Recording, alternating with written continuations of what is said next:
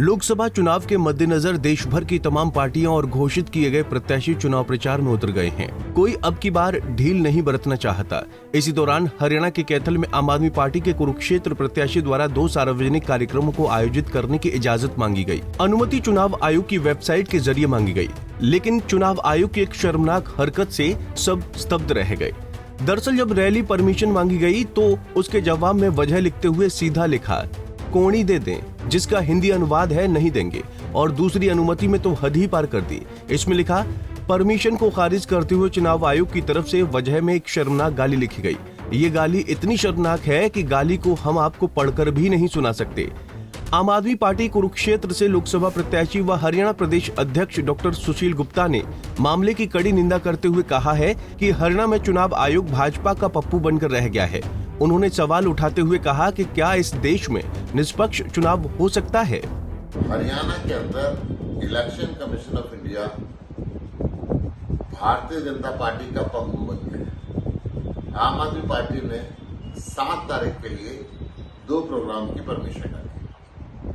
एक परमिशन में लिख के आया कोना दे दे रिजेक्टेड, और दूसरे परमिशन में लिख के आया मां की भद्दी गालियां।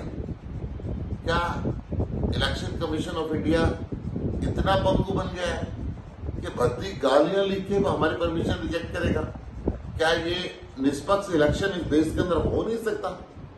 इलेक्शन कमीशन ऑफ इंडिया ऐसी अभद्र भाषाओं का प्रयोग ही करेगा, इससे ज्यादा शर्म की बात हिंदुस्तान के अंदर कभी हुई नहीं थी। आज जो हिंदुस्तान के अंदर कुरुक्षेत्र लोकसभा सीट के अंदर कैथल के अंदर ये बात सामने आ रही है, शर्मनाक बात है।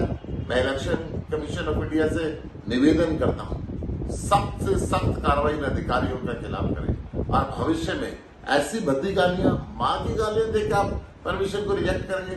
ये देश के कौन से कानून के अंदर लिखा है, कौन से संविधान के अंदर लिखा है कि इलेक्शन कमीशन इस तरीके का बर्ताव करेगा? मैं माफी के साथ ये कहना चाहता हूं, इस देश के लोगों को, इस देश के लोकतंत्र को इतना कमजोर ना समझे। इस देश की जनता खड़ी हो चुकी है। इस देश की जनता के साथ इस तरीके का खिलवाड़ करना इलेक्शन कमीशन बंद करे।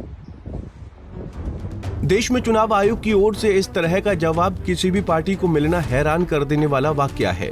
देखना यह होगा कि चुनाव आयोग इस मामले पर क्या कार्रवाई अमल में लाता है। Bureau report, Punjab Kesari TV.